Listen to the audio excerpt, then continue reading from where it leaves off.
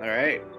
This is LOTLOT, episode 5, little this, little that. Hi, my name is Roberto Camacho. I am a journalist. I am the founder of the online hip hop magazine, Step Off Magazine, and I am also the host of its podcast, Step Off Radio. I was doing a project on environmental injustice in San Diego County, and a lot of my classmates we use his work, and so I just wanted to thank him for the work because it was really hard for us to find any like reliable sources, and it really helped us kind of like get a clear view on what's going on in San Diego County. So, for schooling, I went to school at Arizona State University, specifically the Walter Cronkite School of Journalism and Broadcasting, where I got my BA in mass communications.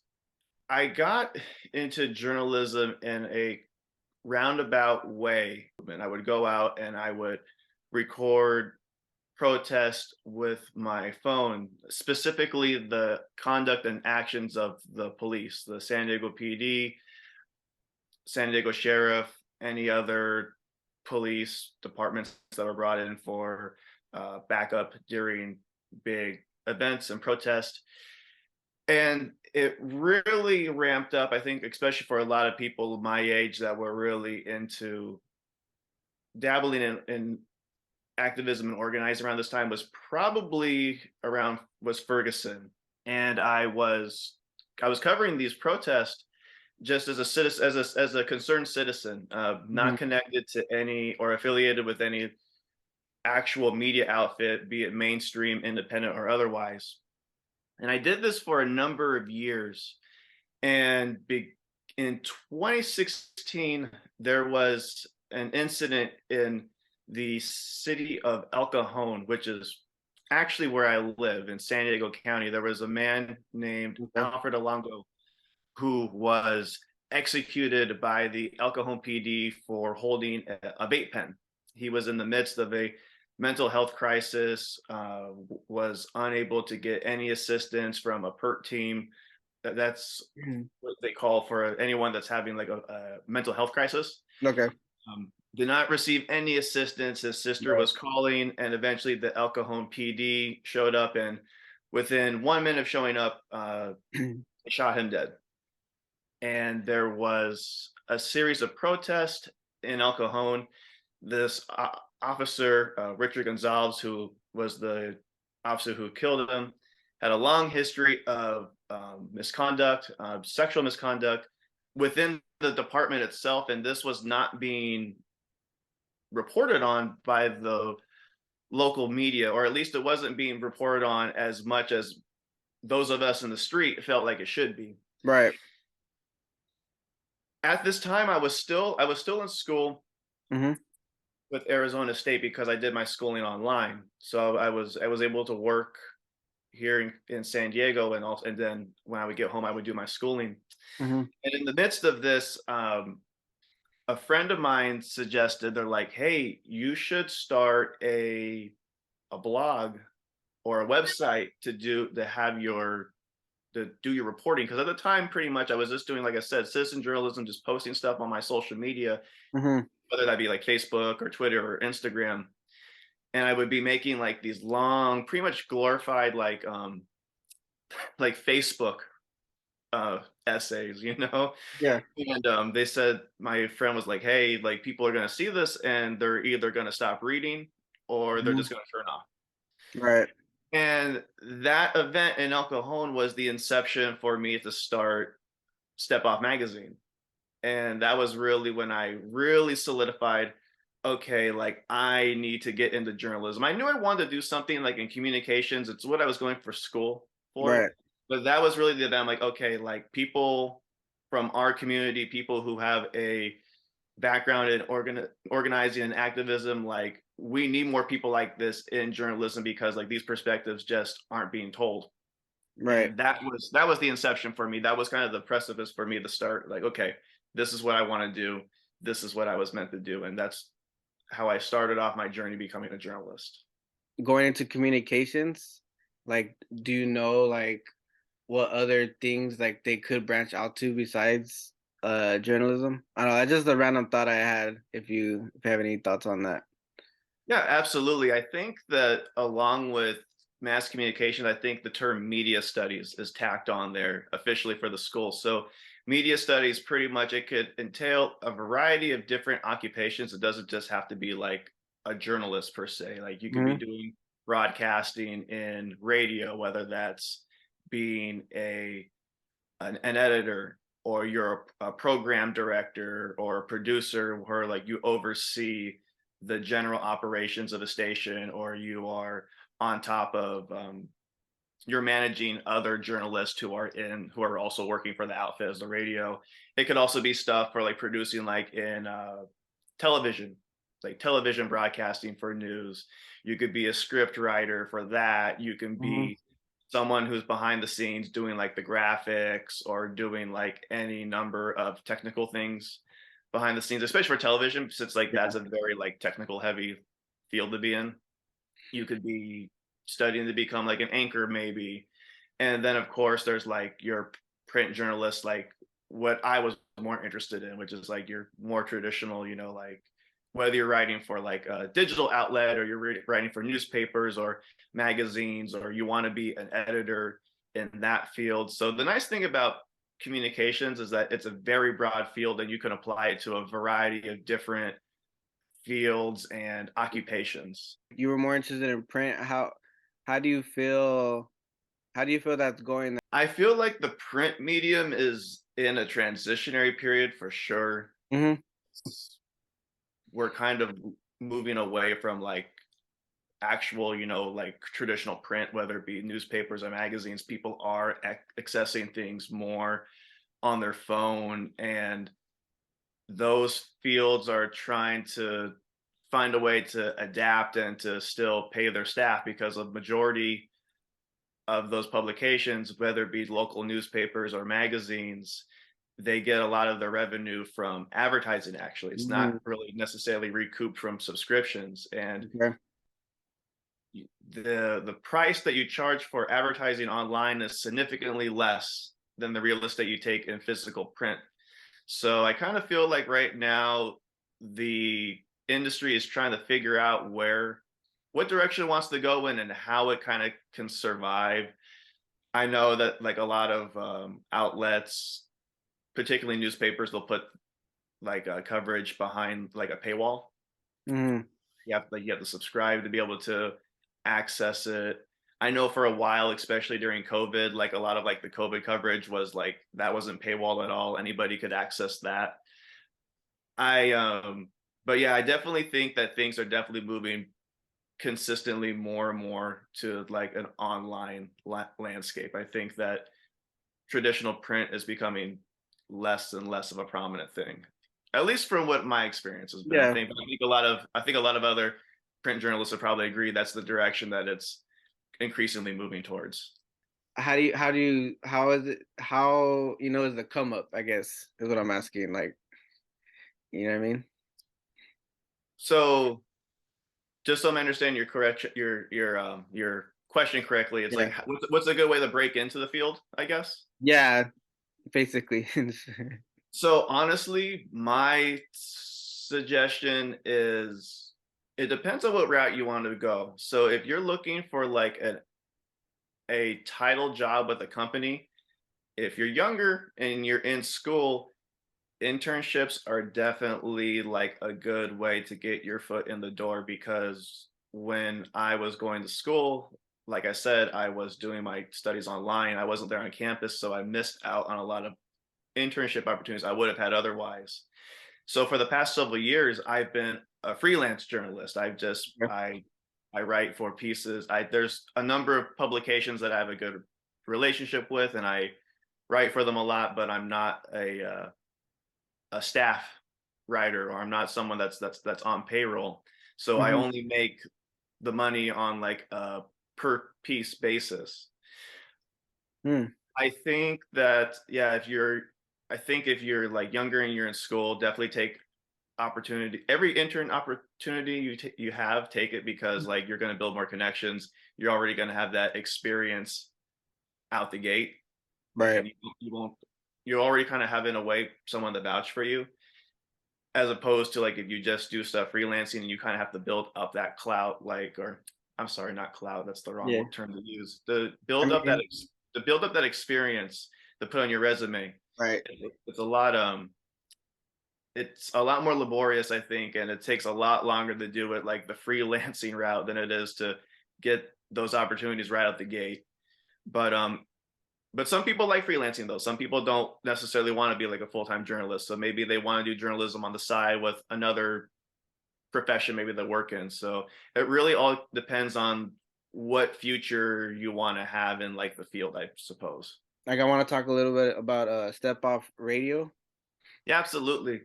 So when I first started Step Off magazine in 2016, it was really kind of like this conglomeration of all my different interests, which one of those most prominently, especially on Step Off, is hip hop.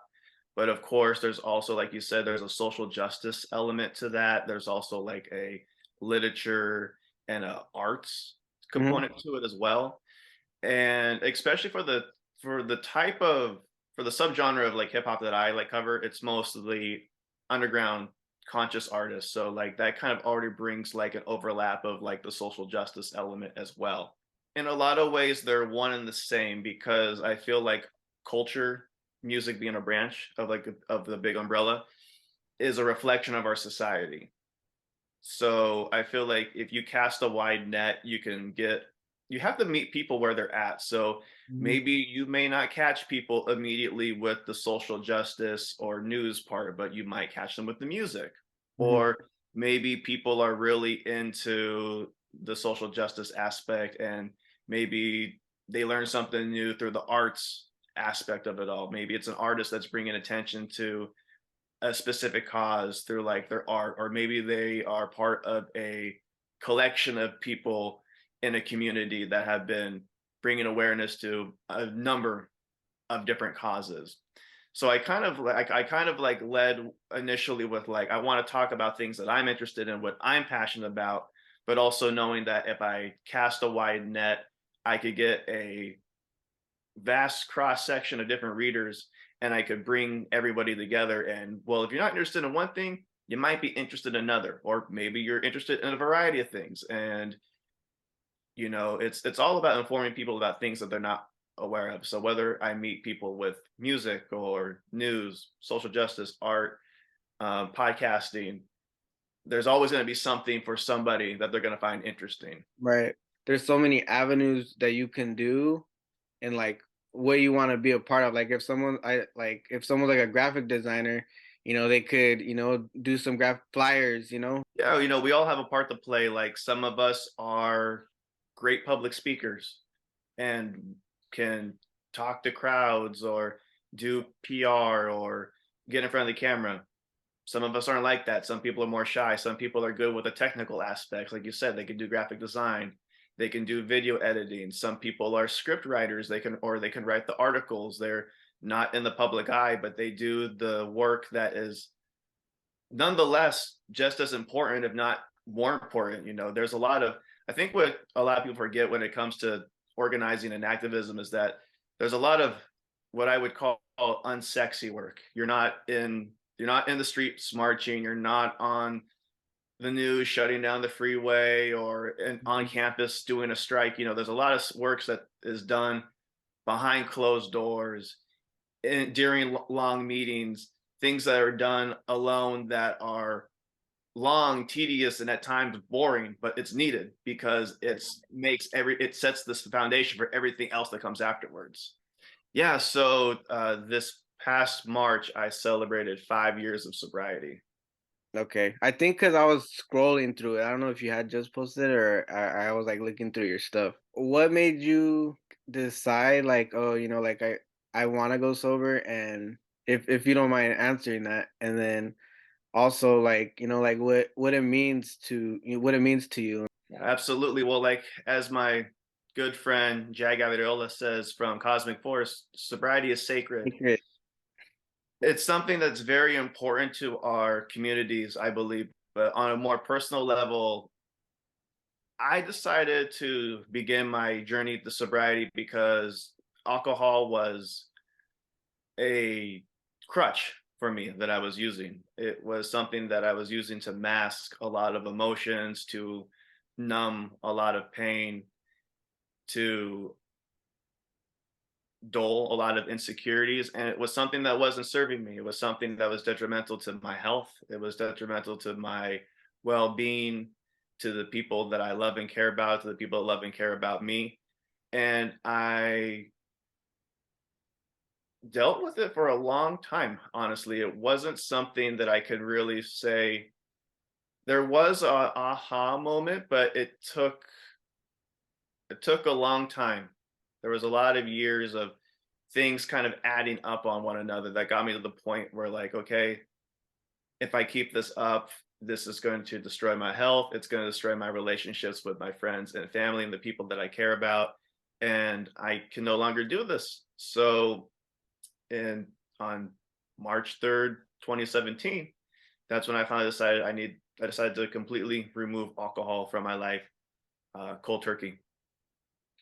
That's awesome. I just wanted to point that out because I do feel like it kind of just goes with your whole the whole brand of, like, social justice, and like why people go sober, and it's just more like, like alcohol was put here to, to, I don't know, I guess, like, make us like not pay attention to certain things, right? So I don't know, I just feel like that's important to talk about. But another thing too is that I would also suggest to people, anyone who is maybe watching that is considering um, a journey to sobriety, is find people who are supportive of you, Mm, whether that's friends, family, um, a romantic partner, maybe it's even a therapist. I know a lot of people go to therapy today. I talk to a therapist. I started recently, but find people who are supportive of your journey mhm, and who are going to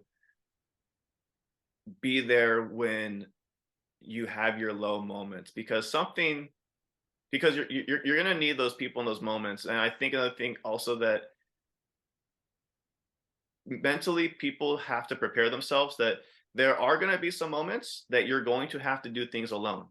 mhm, Something about sobriety that is not talked about enough, I think, is that there's a lot of lonely moments okay. in sobriety, especially if your life really did revolve a lot around alcohol. You're going to have friends or drinking buddies that maybe don't come around as often or don't call you up anymore because you're not drinking. So you're going to have to find other activities and other friend groups to spend time with, and there's going to be a lot of lonely moments spent by yourself with your own thoughts and emotions too. And I think that's fine. I think that that's a normal and healthy part of life. It's just how we deal with those thoughts and emotions in a healthy and productive manner. So I wanted to talk about like the article that that I used, the one that's from Prism. Maybe you could talk a little bit about, more like on the journalist aspect, like how long does a piece like that take for you to write? Like, is this something that you worked on for months? And also, like, what were like some challenges that to get that information, I guess. I remember you telling me that, you don't like necessarily live in that area, but like maybe like, but you're not necessarily outsider either. So it's like kind of like how you navigated through that. Yeah, absolutely. Yeah, I just want, yeah, for full transparency, I'm not a resident of Logan Heights. I don't live in the community. I have familial ties, a lot of family that lives down there, and I've reported extensively in the community for a number of years. What I can say about that article, beginning with, I think the first question was, you said length, how long it takes? Yeah, I never thought about that. That thought came to my head like the other day. So certain pieces definitely range in their scope, and I think like how big or how small your scope is really is a factor in how long it takes a piece from beginning to end. For that one, I began that piece in the very beginning of July. And I want to say it ran at the end of September, like maybe like September 24th. I'm not exactly on the exact day, but it was toward the end of September. So like it was about like, yeah, two and a half months that it took from beginning to end to start that. The biggest challenge I think for pieces like that, especially that pollution one, is because you want to tell a full story that is nuanced but concise. Okay. And that can be difficult, especially when you're talking about a topic such as pollution, because pollution comes from such a wide variety of different factors, especially in Logan Heights and Sherman Heights. It comes from the freeways that cut through the neighborhood and the emissions from those vehicles. It comes from the port and the shipyards, whether it's vehicles that are they're onloading and offloading materials, whether they're painting or doing welding on the ships from the Navy yards, or emissions that come from those Navy vehicles as well, whether it be again maritime ships or aircraft. And then of course Barrio Logan historically has been what is called a mixed use residential area. So you can have a scenario where you can have an elementary school, and then either right next to it or just adjacent, you can have something like junkyards or auto repair shops, welding shops where there's toxic emissions from a number of different chemicals and hazardous material. So the difficult part about telling stories like this is to give the proper nuance and context, because there's so many different factors that come into a story like this. Like it's not just pollution from vehicles, it's not just from the port, it's not just from the Navy. It's this collection of all these different sources, and it's over the course of decades. This has been going on in this community for the past 50 plus years. So how do you condense all of this history and then what the community is doing to combat it, into like this limited Mm-hmm. word count? So that's the most difficult part about these stories, and you really want to get like a good cross section of different voices too. Like you, of course, you want to talk to the organizers and the activists that have been working on this for years or sometimes decades, but then again, you also want to get just the average resident take too, how they're being affected, because it could be how is their life being affected by emissions from the freeway, or there's not enough green spaces in the community, so that's taking a toll on mental health. There's a lot of aspects that like can't necessarily be captured in graphs or charts. There's a lot of what I guess people would call anecdotal takeaways, but the only way you're going to get those is getting those thoughts and feelings from actual residents who live day in and day out in the community. Right. And like kind of to your point that like the data can also kind of be like what is my the way I word it, like kind of like manipulated by a certain like groups, and like so I think it is important where you're doing like making sure to like talk to local residents, because this city person might say this, but this person that's actually living here, I think you had written like, or like they had to tell their parents to close the window when like the fire started, right? It was like the boat or something with the. Yes, it was the Beaumont Richard, the Navy ship that caught fire in 2020. And the one interesting takeaway from that was that when that fire began, the first initial outreach to the community didn't come in the form of the city or any kind of like emergency decree. It came from the Environmental Health Coalition of San Diego, which does amazing work. Can't say their praise enough. They were actually going around to residents and saying, close your doors, if you have access to AC, turn it on. Uh, Passing out masks and respirators to people, because of course this was also when at the height of COVID too. So ironically, when there is a highly contagious airborne virus going around also, then we also have like this environmental disaster where like toxic acrid smoke is also coming from the port into the community as well.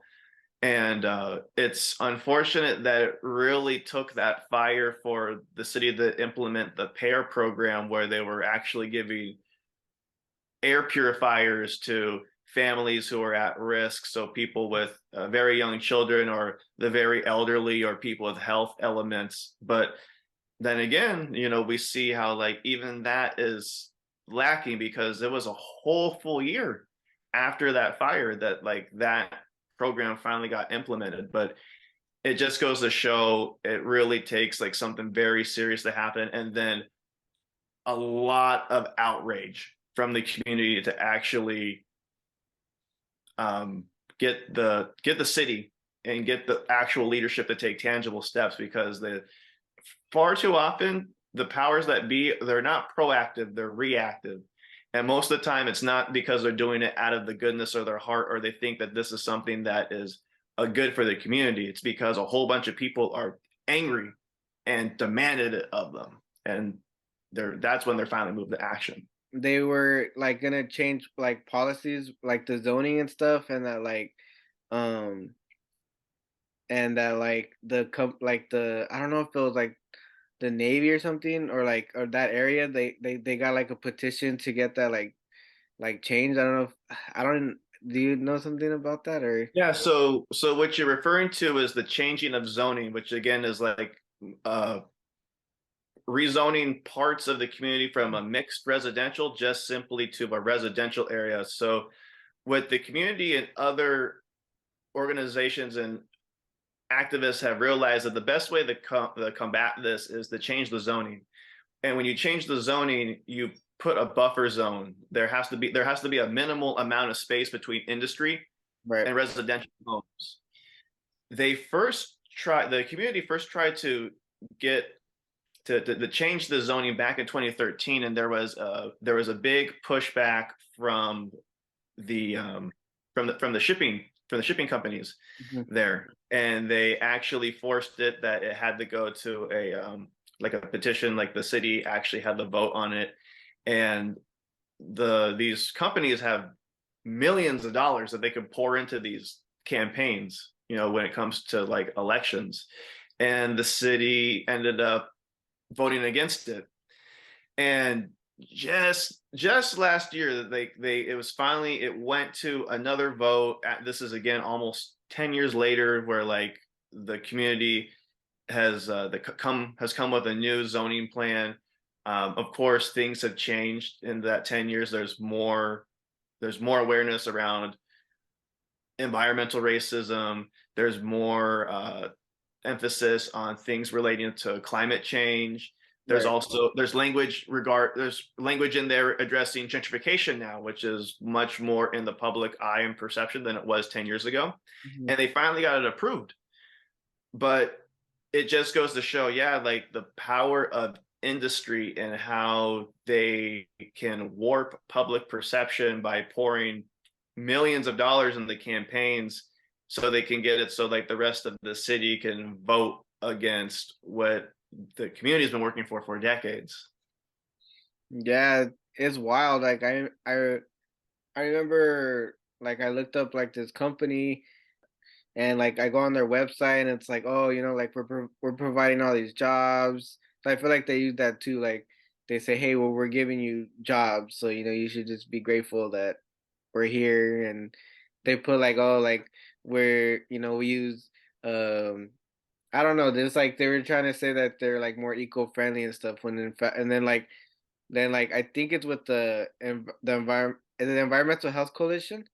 I think I Mhm. looked through their website, saw like an article where like they interview someone saying like, "Well, I can't that with that company, I can't even breathe." So it's just like, I don't know. I just like the work you do. I feel is good because it's like we get to see these stories that you wouldn't normally see, right? Because these big companies are paying s- to like you said, to like not your words, but like to manipulate, right? The like their cause, I guess. Yeah, these companies they spend millions of dollars on PR campaigns, like you said, like, well, we're giving jobs or we're more eco-friendly, Hmm. or a lot of times like these stories just simply don't get the attention of the Hmm. public because they take place in low income or working class communities, most of the time communities of color that have already been historically disenfranchised and ignored by broader societies. So a lot of times, if you don't have the right journalist or the right editors who are open and receptive to hearing stories like that, it's easy to see how these stories can either go under the radar or they're completely ignored because, again, people in power don't see it as something that's of importance or broad enough importance to be reported on. Could you be like sued or something? Like if you talk about a company, like how do people like? Can you educate me more just about like how the freedom of speech works? I guess like as far as being a journalist, like are you putting yourself on the line or type deal, or you kind of have to get approved? Well, here, like I'll try to give you like I'll do my best to like recall like my media law classes that they make us go through in school.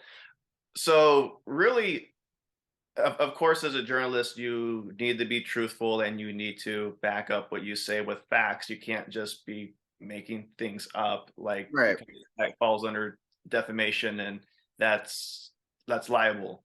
right. Um, so of course, as any good journalist should, you cross your T's and you dot your I's, you check your sources, and then you recheck your sources and you take things from multiple sources. So that's why you get like firsthand accounts from people. You get statistics from environmental surveys and from every possible legitimate source you can find. As long as you're being truthful and also with intent is very important when it comes to things like libel. Like if you knowingly made a false statement and you knew it was incorrect and you knew it was going to do this to like cause harm, then Right. then like, yeah, you could be in trouble. For the most part, journalists don't if as long as you're being honest and truthful, like, and most journalists are, or most legitimate ones are like that, Mhm. you really don't have to worry about that. Like I can see how like maybe some people might be worried about, like, let's say like reporting on like a big company, like let's say like for example like Amazon, Right. and you work for, say, like the Washington Times, because who owns the Washington Times? I mean the Washington Post, excuse me. Yeah, Jeff Bezos. Well, Jeff Oh, I think Bezos is the owner yeah, I think I of heard about of Amazon. So there's times like that where, like, yeah, there could absolutely be a conflict of interest. There's a program on HBO called Last Week Tonight that's hosted by John Oliver, and they've done several stories on AT&T. Well, AT&T is like the parent company that owns HBO, so like they'll be like very transparent. They're like, "Oh yeah, we're being critical of the parent company that owns the show." So sometimes that's when journalists could kind of find themselves in a tricky way, in a tricky spot to maneuver, because as media becomes more and more conglomerated and it's consolidated into a smaller amount of companies and hands, inevitably you can run into these parts where like you might have some kind of conflict. So because maybe you're reporting on something that might be the cause of like a parent company of that might own the publication you're writing for, or the news or the broadcasting company that maybe you're hired by. yeah, that's pretty intense stuff right there. It can be, yeah. But I guess that's the whole but someone's gotta do it, like someone's gotta um not like put yourself on the line, but I mean yeah, I guess like put yourself I don't know if I'm being dramatic, but but just like, you're putting yourself out there and like not, I feel like it's like scary, but it's like maybe rewarding or something. I don't know how you feel about it or It's very rewarding for me. I honestly couldn't see myself working in any line of work and being as fulfilled as I am as a journalist. And I'm also mindful to know that, of course, things can get hairy and things can be intimidating here in the States, but it's also important to keep in the context that there's journalists who work in other nations and regions where there aren't guarantees like freedom of speech or Mm. freedom of the press, and where there is legitimate potential to be to have state repression, or have physical violence perpetrated against you by state actors, whether that be you're imprisoned, or some journalists even lose their lives reporting on certain stories in different parts of the world. So that's something also that I'm always mindful of, because there are certain privileges of being a member of the press here in the States that we do enjoy, that aren't afforded, unfortunately, the other of our journalistic peers across the globe. Yeah, for sure. And like with that power, like that, it's like our duty, like because we are privileged in a sense, like to have freedom of speech, that well, for me, it's I just feel like that we do the best we can and um like push for like positive messages, right? I mean, Absolutely. Well, since I'm a freelance contributor for Prism, so for the most part, I do select my stories. I pitch my stories to an editor, mm, and they go through like a vetting process, and they'll get back to me and listen like, hey, we're interested in this pitch. mm, Can you give us a 1,200 word piece? Or sometimes they'll be like, hey, we think that this is interesting, but it's not a great fit for us. Do you have anything else? That particular story, and first I want to say big shout out to the Chicano Park Steering Committee. Big shout out to Lucas Cruz, chairman of the steering committee, Josie Talamantes, president of the Chicano Park Museum, who did uh, decades of work to make that a reality. And of course, all the other steering committee members and everyone else from the community that's donated time and resources and years of their life to make that museum a reality. I chose that story because Chicano Park is something, it is literally the beating heart of the activism community in San Diego. If you just look at the history of that space and how that was peacefully taken over and occupied, and how that land was liberated from the city, and like how it was almost made into a CHP substation, and now it's a public park, and the community made that happen, and it is a space that's maintained by the community too, and governed by the rules of the community.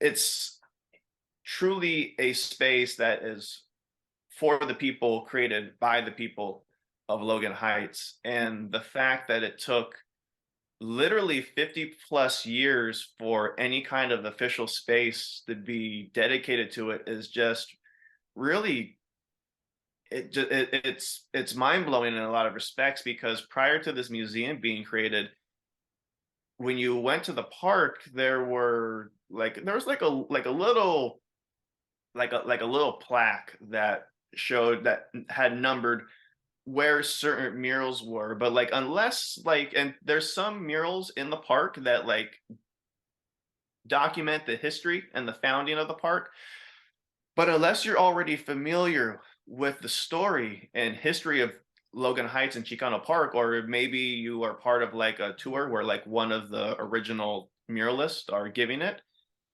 there's not a lot of context to the history.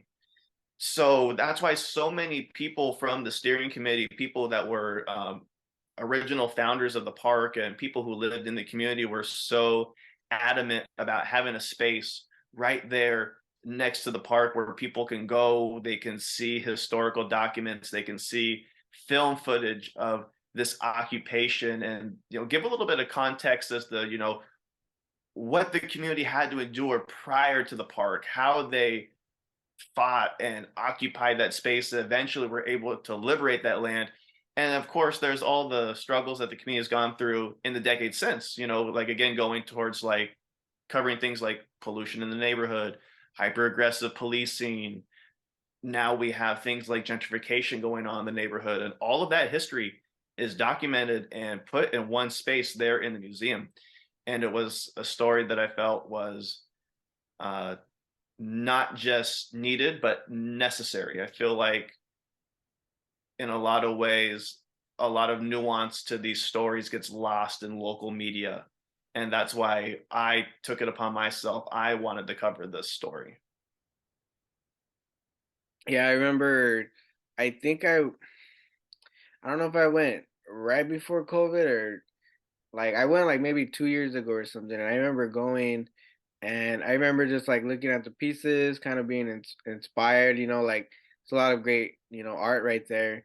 And I actually had to take for my it was like I had like a Mexico art history class or something, and um so yeah, I went over there, took pictures, kind of like talked about it. Like I did, like you said, like if I had just gone and just looked, I would have been like, oh, that's cool. But you know, I had to actually look at the stuff, like look for research and stuff to see, that park might not have even been there, right? Or, um, so yeah, I think like the work you did was really good, and that I feel like that park is really special. Event that took place at the Chicano movement. And I feel like, as anything with history, it's a important place marker, and we can always learn from events of the past. And we can, if we have an understanding of our past, of what our people have been through before, we can shape our future and not only learn from the mistakes of the past, but we can also build upon the successes and victories as well. And I think that Chicano Park is a perfect example of that, and where we can learn from our successes and our victories. And that very much is a very proud and victorious moment, not just for Chicano people, but I feel like for the Latino diaspora of the Southwest as a whole. Kind of to what you said earlier about being gentrified. Like I did notice, like me and Yessie were there and we're walking. I did notice that like a lot of places did start to look more gentrified. And she was pointing that out to me, and like I don't know, I don't know how to feel about it. Like kind of to veer off, like these things are happening in Santa Ana right now, like where I volunteer a lot of my time. How do you feel the best way to combat it? Because I feel like it's a hard task because like you said, you're going against really big companies and um yeah, I know it's not your field, but I just maybe just your a little thought on it. Gentrification is a very hard phenomena, I feel like, to organize and to combat, because a lot of times what I compare it to is, I almost compare it to like carbon monoxide poisoning. Carbon monoxide is it's tasteless, it's odorless. You can't tell that it's there until it's too late and you're passing out and you're dead. Right. Gentrification in a lot of ways works like that. It's very silent. It happens over time, but nonetheless, it reaps very real and tangible results, which essentially is pricing people out of their neighborhoods. The most the most effective way that I've seen people organize against it, and again, like this is again taking like Logan Heights as a perfect example of a community that has this radical history of not just resisting but fighting back against outside forces, is getting property in the land trust, because at the end of the day it comes down to land ownership, Right. which again is hard to it's very hard to combat if a lot of people in a neighborhood are low income renters. If you don't own the land, then what is it to how do you fight, how do you fend off an owner that's just going to sell off, that's either just going to up the rent or just sell the land to a developer that wants to turn like these homes or community spaces into apartments or high rises Yep. or a bar or whatever these gentrifiers want to put in the neighborhood these days. I think, yeah, I think education around the importance of land and home ownership, and then like getting spaces that can be put in the land trusts so that it belongs to the community as a whole, I think is probably like the most effective way that I've seen people organize against it. And I think another thing also too is that the gentrification doesn't always look like just a bunch of hipster white people like moving into a neighborhood and displacing people. Granted, does it manifest itself like that a lot? Yeah, most of the time it is that. But the thing is that anybody could be a gentrifier. Like people that look like us, have the same community, Hmm. come from the same community, can also not have the neighborhood's best interest at heart, Yeah, which is something that many residents and other more conscious business owners in Logan have been very aware of, and very quick to point out too, is that not everybody is a friend of the community just because they look and talk and act like us. So yeah, I think that's also another component, is that at the end of the day, you have to look at people by like their actions and how they what they actually do in the community, because anybody could say like, oh, I'm about Chicano empowerment, or I'm about maintaining the integrity of the community, but if their actions speak counter to that, well then actions speak louder than words. definitely. Just to kind of branch off from that, maybe on a little more positive note, back to like more community assets. Just like Chicano Park. I believe it was the article you did for the Voice of San Diego Hmm. about the bookstore. I really enjoyed reading that. Just about safe spaces for people, and also like the language thing, and like making sure languages don't die. I might be like broadly saying that, but yeah, maybe you could just talk a little bit about that article. And I really like that one.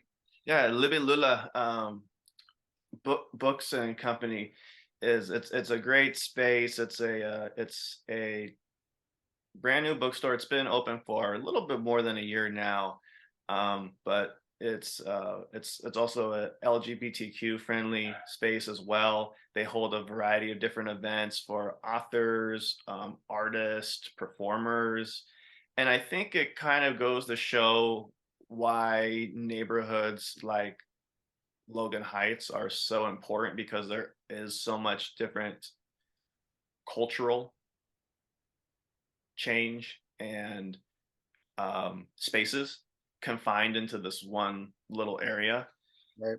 and that are pushing the envelope. They're creating spaces for different groups and identities and walks of life. They are providing a space that's bilingual, because there's one thing that was brought to my attention when I was working on the articles, that a lot of times like bookstores that cater to one language, it tends to be either one or the other. Like if you sell Mm, like English literature for the most part, then like that's mostly what they carry. right. Or if you carry only Spanish literature, then for the most part, then they only Mm, carry that. And you might have people that are somewhere in between. So sometimes having like that bilingual staff is really important for communities. And you're probably only going to find that really in a place like Logan Heights in the neighborhood. So that was a story that I had a lot of fun writing about, and it was, I think, like a a good way to highlight, again, like you said, like a cultural victory, and like the the positive things that are going on in the neighborhood. And it just goes to show like why this space is so vibrant, why it's so important, and why it's so vital that like the integrity of this neighborhood is maintained and it's not just turned into another neighborhood like North Park or City Heights or anywhere like that. Sorry for people that don't live in San Diego. If you're not familiar, these are areas that have already been gentrified over the years. Mm.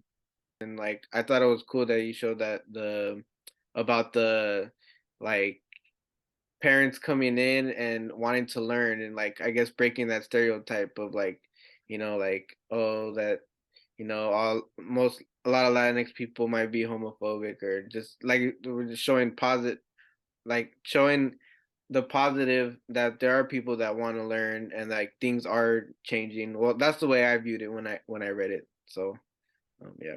Yeah, absolutely. I think it's important to show that there's a lot of work to be done in our community. There's a lot of machismo in Latino culture and within our own communities, but I do think it's important to show that there's a lot of there's not and that it's not just young people. There's a lot of parents too that want to learn and be the best they can for their children so they can support them. And that was something that I wanted to also share, that yeah, like this is a space that is facilitating these conversations or providing literature where people can learn more, because at the end of the day it's a space for learning. It's a place where people can come together, they can be themselves, where they can access literature that they want to, and at the end of the day, people are learning and taking from one another's experiences, and that we're all being better, so we can not just be better for ourselves, but better for one another as well. Would you say that like places like this like like we need more of it, right? Like and that more of this would educating the youth and then also the parents is only gonna break those barriers of like things that are going on. As a writer and a lover of literature, I think you can never have too many spaces like this. I think that the more spaces we have like this, yes, the much better. Not only will our community be, but I think our society as a whole. I think that spaces like this are vital, and I think right now more than ever, it's important that these spaces are defended and that people they're allowed to grow. Or how did you come about this one? Like, was it something that got like? How did you find out about? You just like randomly saw it, or you kind of just saw it on Instagram or something? So I had already followed the page for the bookstore prior, and their 1 year anniversary was coming up, and that's how I kind of came up with the idea. Was all like, because most of the stories that I had seen written prior on it were like either right before or immediately following the bookstore's opening. And I kind of felt like, okay, well, the bookstore's been open for a year and it's already one of the more popular or celebrated bookstores in San Diego. And I Yeah. felt like when you look at them too, like if, for anyone that's written the article, it's more than just a bookstore. There's so many things, different cultural events that they hold over there, and I felt that that was important to highlight, that it's not just a bookstore. There's so many different events that they put on, and there's a lot more significance that it holds in the community. And the fact that it is going on in a place like Logan Heights is significant as well. So that was kind of like my inspiration for starting that story. I wanted to highlight that, like, yes, this is a bookstore in Logan Heights, but it's much more than that. And I think it's important to highlight all the different events and activities and different authors and artists and people who are given platforms, to have a public forum. I felt like that was really important to include in that story as well. Yeah, I just think with academia, it's like what I think what a lot of people don't see is just like you could do whatever you want, and I just feel like that's why it's cool to see what you do because it's just like someone that told me like with academia, you could do research about I don't know, gaming or something. Like this, there's no like whatever you like, you could find something, and I just think that people could get inspired by that thought. So just in general, so I like that article a lot. Your one of your accomplishments is Excellence of Journalism Award, right? You were talking about like, um, I think like ethnic studies, right? Like in K through 12. Yes, so that was my most recent award. Yes, I received the Excellence in Journalism Award from the San Diego Press Club, and that was for my article on ethnic studies in high schools. And that was in the category of non-daily reporting for newspapers and online publications. And yeah, that was a incredible story that I had a really great time doing, because I got to talk to educators who were implementing decolonial theories and curriculum Mhm. into their classrooms.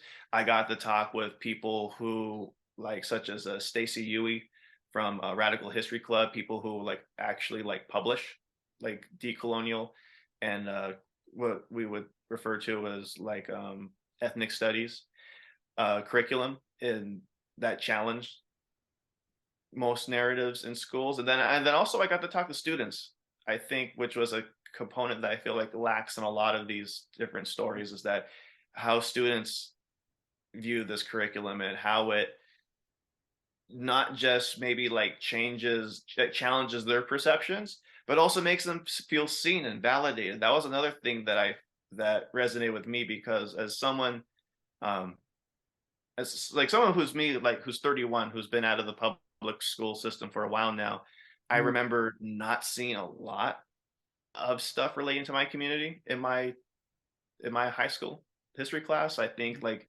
if there was maybe one or two pages like on the Chicano movement, I'd be surprised in our history book. And to talk to these students now who are seeing more representation and more diverse stories than ever before, it was just incredible to hear from them and how they feel seen, like seeing this taught in their classroom. So I wrote down here, March 2nd, 2019. There was an IG post you put, and it was about Lil Smiley's East Side Story. Can you talk a Yeah. little bit about that?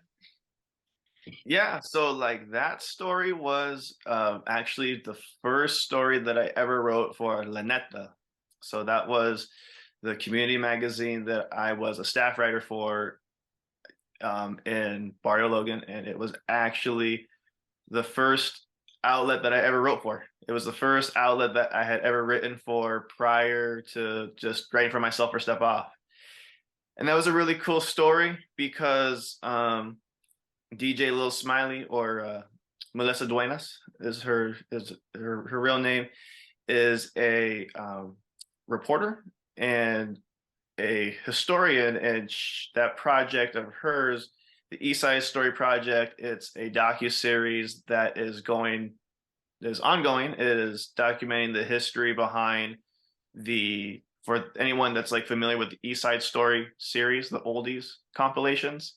There's covers of real life locations of actual lowriders, community members, locations throughout Los Angeles, and the whole idea behind this docu series is to locate the people that were on these covers, the document the real locations where they look like now, the process of finding them, and really showing how like this music is generational and how it's passed down from one person to the other, because a lot of the people on these covers are people that are those that are still around.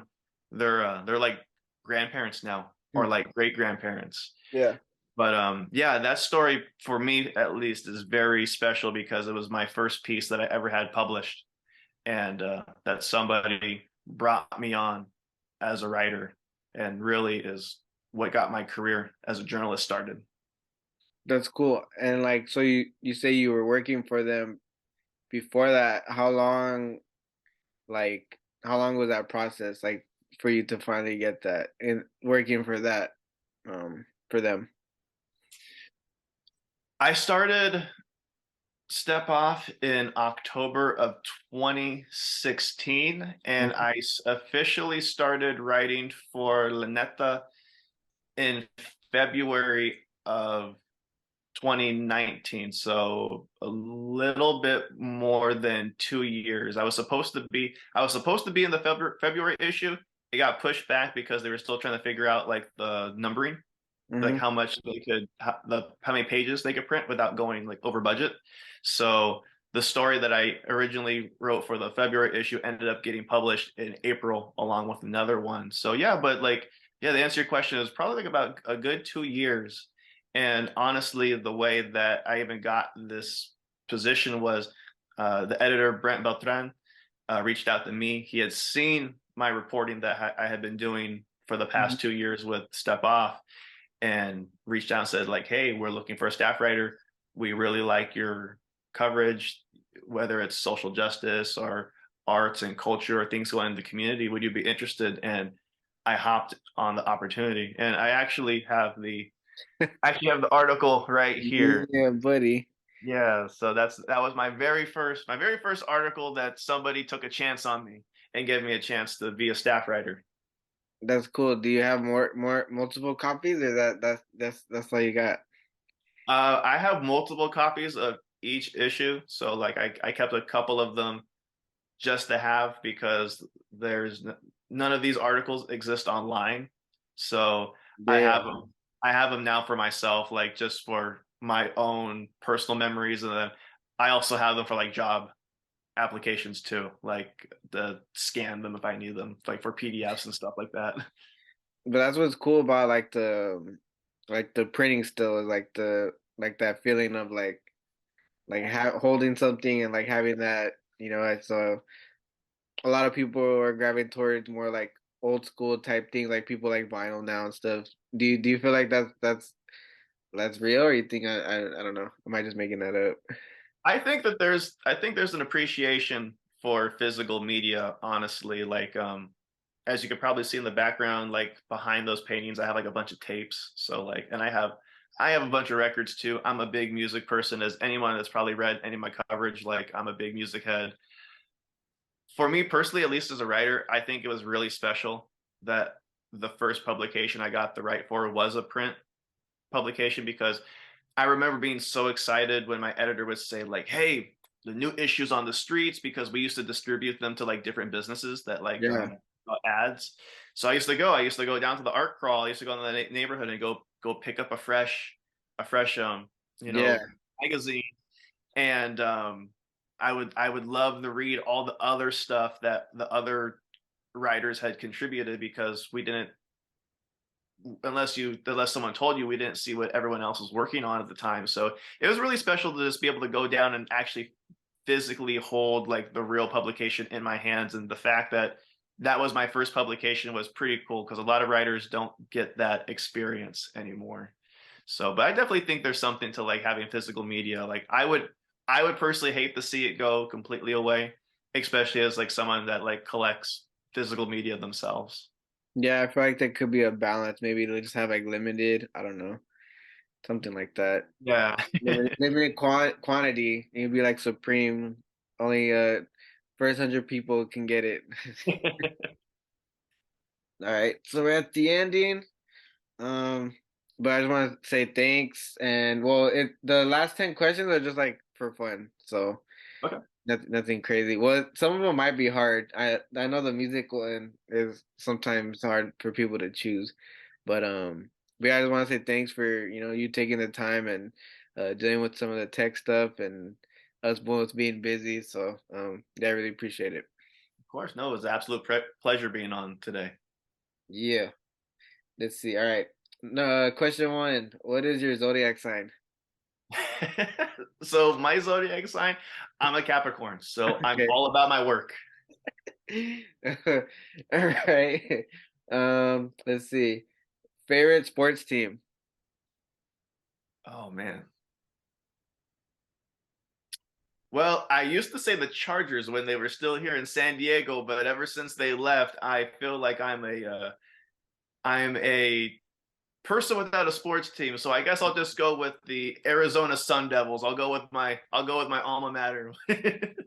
That's cool. Yeah, you know what? I saw that And I didn't it didn't hit me that you're from San Diego. I don't know why I sometimes I think you're like you live where I live, like near where I live, but it makes sense why you're a Chargers fan now. Yeah, I'm a Raiders fan. Oh man, that's funny. Let's see. Oh, who is your favorite writer? Like whether it's like poetry, whether it's Hmm. journalism. I never asked that before, but since, you're my first journalist, That's so a tough one. Do you want it specifically like in journalism or like literature or does it not matter? one of each. You could one of each. One of like maybe like from a book author or something, and then maybe one of journalism. So for my favorite for literature, like books, I think my favorite writer is probably I would have to say Khalid Hosseini, author Okay. of The Kite Runner and A Thousand Splendid Suns. I think that those books are incredible. He's an incredible writer that captures the landscape of his home country of Afghanistan. And I have a lot of positive memories associated with those books. So, and they're books that I can read over and over again. So, probably him for literary. For a journalist, oh man, there's so many. Here, you know what? I'm just gonna list like some that can come off the top of my head, like All right. um, Brooke Bukowski from originally from Snopes. She does incredible work. Okay. Um, Maria Hinojosa. Um, I know a lot of people like have things to say about him, but Sean King has done some incredible um, journalism in the past. Uh, oh man, like there's so many. I'm gonna come back and be like, wait, there was more. There was more people. Um, I think the oh next man, question. I think the next question. The next two questions are kind of the same. But actually, the next three questions are kind of the same. So, was that your final answer for that one? yeah, yeah, we'll go with those ones. Oh, hold on. No, I'm sorry. And of course, one of my biggest influences, the late and great Chicano journalist Ruben Salazar. Ruben Salazar's work is something that's definitely played a huge influence in my growth as a journalist, looking back at those reports that he was doing on the LAPD and the sheriff 50 years ago in the 70s. They're still as timely today as they were back then. So I think Ruben Salazar is probably like the biggest influence, at least as a reporter for me. I feel like that's how you know when it's good, when it's still relevant. Like that, I feel like that's like Tupac. Like the stuff he was talking about in his song is still pretty relevant now. So I feel like that makes sense what you're saying. Sometimes I wish it wasn't as relevant as it is today, but Oh no, for sure. the fact that it still is, it just goes to show how much more work there is still yet to do. But yes, his influence is something that is always on my mind, and his influence is something that is undeniable in my work. All right, next question. Uh, Favorite album of all time. Like any genre. Yeah, any genre. Oh, Like if you could listen to one, or another way to say, if you could listen to one album for a year, and it was only that album, what album? I feel like I'm gonna be like, hmm. I think if I had a favorite album of all time, okay, because I'm a hip hop head, I'm gonna go with a hip hop album. I'm gonna have to go with Illmatic from Nas. Oh, okay, Yeah, okay. Illmatic. It's you get the best of both worlds. I feel like that. It's 10 tracks, so it's there's no filler, and then you have all the best producers of the time. You got DJ Premier, you got Large Professor, you got Pete Rock, you got Q-Tip, you got LES, and then of course at the end of the day it's Nas.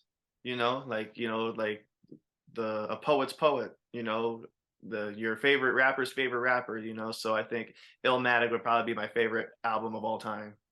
I feel like out of the five people, like the out of the five, I feel like one other person might have said Nas too, or at least for sure, like their top artists. Yeah, I feel like Nas is a good one.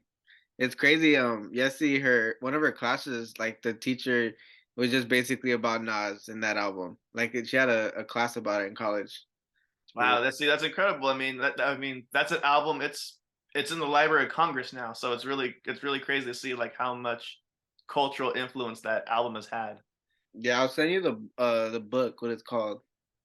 So, and then you can send me all the stuff that you're telling me about all the all the journalists and stuff. Yeah, of course. Let's see. All right, next question. Favorite artist of all time? Oh man, favorite artist. I'm assuming this is music, right? Yeah, music. Same. Okay. Ah, favorite artist of all time, man. Because like, there's so many. I would have to say that I'm gonna cheat a little bit with this one because it's a group, but I Yeah. would say probably Gangstar. So that's Okay. Guru and DJ Premier. I think that Yeah. Gangstar is like that's like my go-to group.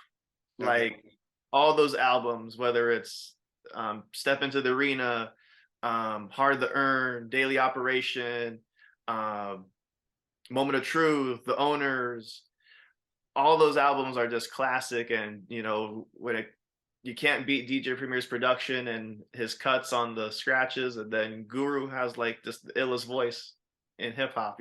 So I think that probably my favorite artist is Gangstar. Is one of his like lines like he's like my monotone or some shit. I don't know.